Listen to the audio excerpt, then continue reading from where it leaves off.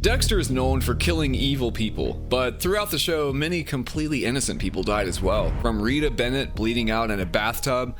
Born in blood. Both of us. Harry was right.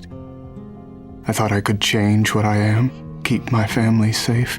To Dokes getting blown up by Dexter's side chick. No! Turn that off! No! Do you understand this is murder? That's why today I'll be going over every undeserved death in Dexter, kicking things off with one of the most avoidable deaths. When you think of undeserved deaths within the Dexter universe, you almost always think of the beloved Sergeant James Dokes. Out of all the people to meet a tragic end in the series, Dokes' death still feels like one of the most unjust and heartbreaking.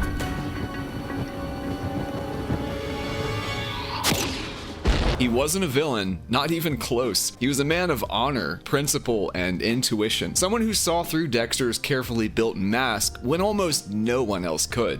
I'm looking for my sister. In a cargo box? Yeah, I'm kind of working on a theory. You forget you work for the cops? We love theories. Come on, spin me a story. Dokes was one of the best cops at Miami Metro. As a former Army Special Forces operative, he was disciplined, fearless, and sharp. He had seen real darkness before, and he recognized that same darkness hiding behind Dexter's polite smile. From the very beginning, he knew something about Dexter didn't add up. While everyone else saw a quiet, awkward blood spatter analyst, Dokes saw the truth, a predator pretending to be ordinary. That suspicion defined their relationship. Every time Dexter tried to maintain his cover, Dokes was right there, watching, questioning, pushing him closer to exposure. It made him one of the few people in the series who actually posed a real threat to Dexter, not because he was dangerous, but because he was honest. Dokes didn't play politics or games. He followed his instincts and the evidence. He wanted the truth, even when it made him look obsessive or unstable to everyone else. And that's exactly what makes his death sting so much. When Dokes finally discovered Dexter's secret, he didn't die because of his own mistakes or recklessness. He died because of someone else's, Lila West. Trapped in a remote cabin after being framed as the Bay Harbor Butcher, Dokes was left helpless when Lila found him. She set the cabin on fire, causing a massive explosion that killed him instantly. Dokes never stood a chance. It wasn't Dexter who killed him, but that doesn't make it any less tragic. Lila's impulsive act erased one of the only true moral characters in the series. Dokes didn't deserve to die, and he definitely didn't deserve to be remembered as the Bay Harbor Butcher. While Dexter survived and continued his double life, Dokes' name was dragged through the mud, his legacy reduced to a lie. What makes his death even sadder is how close he was to being proven right. Dexter had planned to frame him, but also considered confessing, which could have freed Dokes and exposed the truth. But that moment never came. Lila's fire didn't just kill Dokes, it burned away the possibility of justice. Dokes' death marked a turning point for Dexter as well. It showed that even when he doesn't directly kill someone, his world still destroys the innocent. Dokes became another victim of Dexter's dark orbit, someone who got too close to the truth and paid the ultimate price for it. That's why even years after the show ended, we still talk about James Dokes. His death was a statement about how cruel Dexter's world could be, how just people could be erased while the real monster keeps walking free. And in a show full of killers, liars, and manipulators, Dokes stood out as one of the few who never compromised his integrity, and for that, he paid with his life. One of the most innocent souls to grace the show, Rita Morgan, represented everything pure, gentle, and human in Dexter's dark world. From the very beginning, she was a light in all that darkness, a reminder that even someone as broken as Dexter could find warmth, comfort, and something close to love. When we first meet her, Rita is a single mother trying to recover from years of trauma. She's raising her two children, Aster and Cody, after escaping her abusive ex-husband, Paul Bennett.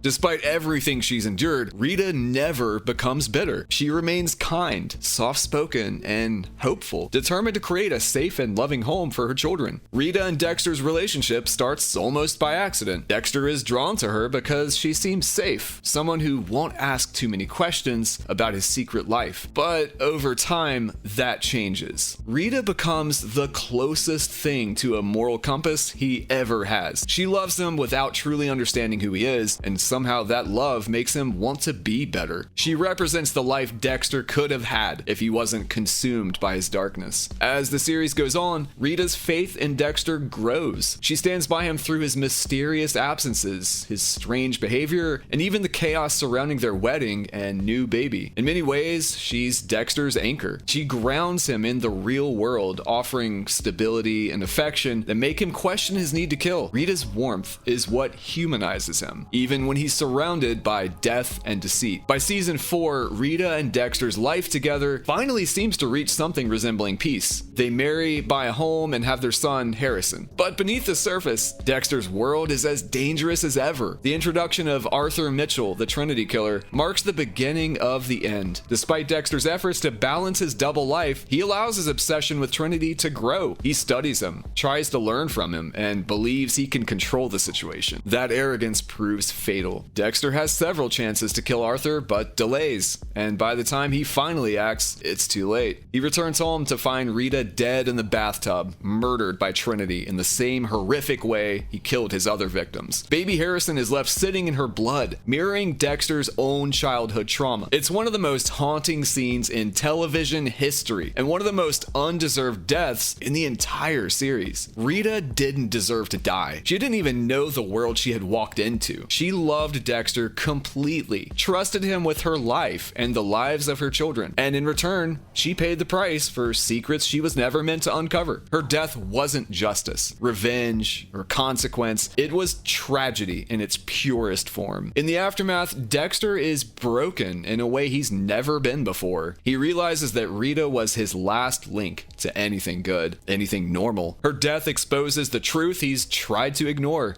that no matter how much he tries to blend in, his darkness consumes everything it touches. Rita's murder marks a turning point, not just for Dexter, but for the show itself. It's the moment the audience sees that even the innocent aren't safe in his world. Rita Morgan's death remains one of the most heartbreaking moments in Dexter. She was kind, loving, and full of hope, everything Dexter wasn't. Her presence gave the show its humanity, and her loss reminded everyone watching that there's no happy ending when you live a life built on lies. Lundy was a disciplined and intelligent FBI agent who genuinely cared for Deborah. His death ended one of the show's few wholesome relationships and eliminated one of the few people who might have actually stopped Dexter the right way. Frank Lundy wasn't just another investigator passing through Miami Metro. He was sharp, observant, and carried a quiet authority that demanded respect. From the moment he appeared, he was portrayed as someone who stood apart from the usual chaos and corruption surrounding Dexter's world. As an FBI special agent, Lundy dedicated his life to catching killers like Dexter, and he did it with precision, patience, and an unshakable moral compass. During season 2, he was assigned to lead the Bay Harbor Butcher task force, unknowingly hunting Dexter himself. What made Lundy fascinating was how close he came to the truth without ever crossing the line into obsession or corruption. He relied on evidence, logic, and instinct, not ego or shortcuts. Unlike so many in law enforcement on the show, he didn't grandstand or manipulate others for personal gain. He simply wanted justice. Lundy also represented a rare sense of balance in the series. He wasn't ruled by emotion or impulse, yet he wasn't cold either. His relationship with Deborah Morgan brought out a softer side of him. He saw her potential, respected her intelligence, and treated her like an equal, something she didn't get from many of the men in her life. Their connection felt genuine, built on mutual respect and a shared dedication to their work. For Deborah, Lundy was more than a mentor or lover. He was a grounding force, someone who helped her see beyond the messiness of Miami Metro. Before you watch any further, I'm happy to finally announce that I'm releasing the first limited drop of my t-shirts. At the start, there are only 100 available,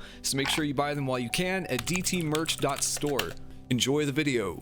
When he returned in season 4, retired but still drawn back into the world of criminal profiling, he was once again on the trail of a monster, the Trinity Killer. Even after stepping away from the FBI, Lundy couldn't ignore his instincts. His dedication to finding the truth was as strong as ever, but this time, that dedication cost him his life. Lundy's death at the hands of Christine Hill was one of the most shocking and undeserved in the entire series. He wasn't caught in the crossfire of some moral compromise or shady deal. He wasn't a victim of his own hubris. He was simply doing what he always did, chasing the truth. Christine's betrayal and his sudden, senseless murder stripped the show of one of its few truly good people. His death hit harder because it didn't just rob the story of a strong character. It robbed Deborah of someone who genuinely cared for her. After years of trauma and manipulation from those around her, Lundy was a rare source of stability. Losing him sent her spiraling emotionally and professionally, and the void he left was never really filled. Frank Lundy's death stands out not because it was brutal or dramatic, but because it was so completely unjust. He represented what justice could look like in a world full of moral compromise, and his murder symbolized how easily good intentions get swallowed by the darkness that surrounds Dexter. He wasn't just another casualty of the story, he was the moral compass that could have changed its course. And losing him proved that in Dexter's world, even the most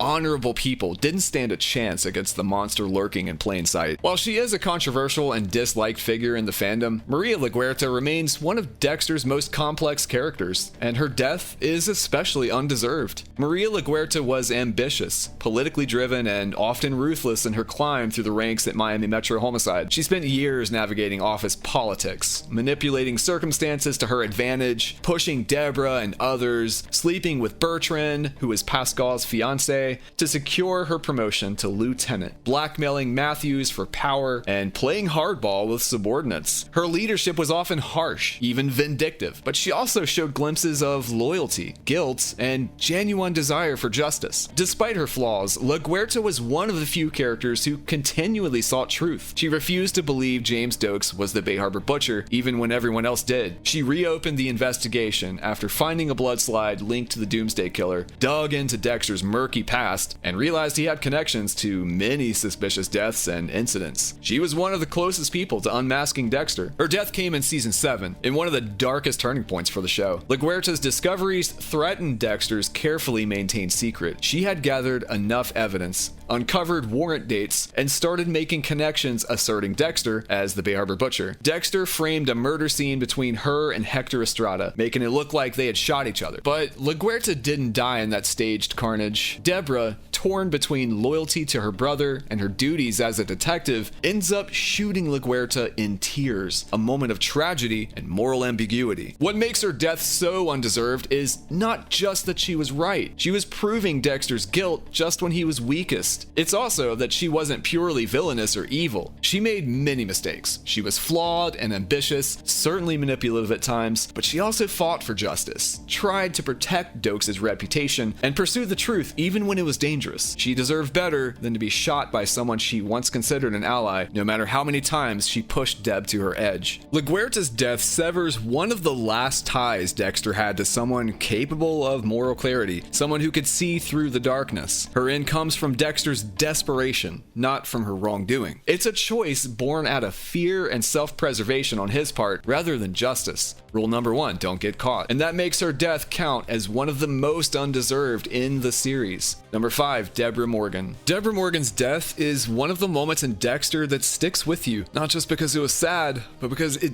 didn't have to happen. A lot of people love Deb, a lot of people don't, but either way, the way she went out was completely avoidable, and it all ties back to one of Dexter's biggest screw-ups. Deborah grew up in Dexter's shadow from day one. Harry took him in after finding him at the scene of his mother's murder, and from that point on, everything in her life revolved around her brother, even when she didn't realize it. She was tough, loud, always trying to prove herself, and constantly chasing the approval Harry seemed to give Dexter without question. What she never knew back then was that Harry wasn't just favoring him, he was training him. She carried a lot on her shoulders. Losing her mom young, watching Harry die, and trying to live up to the Morgan name pushed her to follow the same career path, becoming a cop at Miami Metro. She worked her way up from vice to homicide, and for a long time, she leaned on Dexter to get through cases. But over the seasons, she started finding her own footing. She wasn't just Dexter's sister anymore. She was her own kind of force. But if there's one thing that defined Deb's story, it was the emotional mess of loving Dexter while also seeing what he really was. She was constantly stuck between protecting him and doing her job, and that tension followed her all the way to the end. Her death comes down to Oliver Saxon, the brain surgeon. By the time he shows up, he's already proven he's dangerous. Dexter had multiple chances to stop him, but he let him live. He thought he had it under control, and as usual, that confidence came back to bite him. During a confrontation with Saxon, Deb steps in and gets shot, and that's it. Damage is done. She ends up in the hospital, and despite everything they try, she never wakes up. The thing is, it didn't have to go this way. If Dexter had just handled Saxon when he should have, she wouldn't have been anywhere near that situation. But because he hesitated, Deb paid the price for his mistake. Their relationship was messy, sometimes raw, sometimes emotional, sometimes just plain painful. But beneath all of that, they loved each other. And that's what makes her death hit so hard. It wasn't justice, it wasn't karma, it wasn't some poetic ending. It was just an unnecessary loss, one of the worst in the entire series. Sergeant Logan was a dedicated and compassionate law enforcement officer in the small town of Iron Lake. Serving as both a police sergeant and the assistant wrestling coach at Iron Lake High School, Logan was known for his commitment to the community and his willingness to step up for those in need, always offering a helping hand. Despite his good intentions and sense of duty, Logan's life was tragically cut short in the series finale of New Blood. In a tense confrontation, Dexter Morgan, fearing for his own safety, killed Logan. Dexter had been captured and was being held in a holding cell by Logan, who had been investigating Dexter's involvement in the town's recent events. During the altercation, Dexter managed to escape, and in the ensuing struggle, inadvertently killed Logan by snapping his neck. Logan's death was ruled as a result of self-defense for some reason, as evidence suggested that he had attempted to harm Dexter first. This ruling cleared Dexter of any charges related to Logan's death. While Logan's death was a tragic accident, it was also a consequence of the complex and dangerous situations Dexter often found himself in. Logan, a character who genuinely cared for his community, became an unintended victim of Dexter's darker impulses and the chaotic circumstances surrounding him. In the broader context of the series, Logan's death highlights the collateral damage caused by Dexter's vigilante actions. It serves as a poignant reminder of the unintended consequences that can arise from taking justice into one's own hands. No matter how innocent someone is, it does not mean they're safe. And last but not least, we have La Pasión himself. Angel Batista was one of the most beloved and morally grounded characters in the Dexter universe. As a detective with Miami Metro Homicide, he was known for his dedication to justice, unwavering loyalty to his colleagues, and his kind-hearted, compassionate nature. Throughout the series, Batista was a constant source of support for his team and a stabilizing presence in a world filled with darkness and deceit. His friendship with Dexter Morgan was one of the most enduring relationships in the show, marked by genuine respect and mutual care. By the time of New Blood, Batista had risen through the ranks to become a captain, taking on more responsibility while still maintaining the warmth and integrity that defined him. When Dexter woke up from his coma and resurrection, Batista was one of the first people to offer support and a sense of continuity from the past. He was attentive, thorough, and dedicated to uncovering the truth, reflecting the professional and ethical standards he had always maintained. Batista's death hits different because out of everyone in Dexter's world, he was one of the good guys. He wasn't shady, he wasn't playing games, and he definitely wasn't a villain. He just did his job, believed in doing the right thing, and trusted the people around him. And unfortunately, that trust is exactly what got him killed. As Batista started digging deeper into Dexter's past, he got closer and closer to the truth, way too close for his own safety. And like everyone who crosses that invisible line, he got pulled straight into the mess. Dexter's carefully hidden world has always had collateral damage,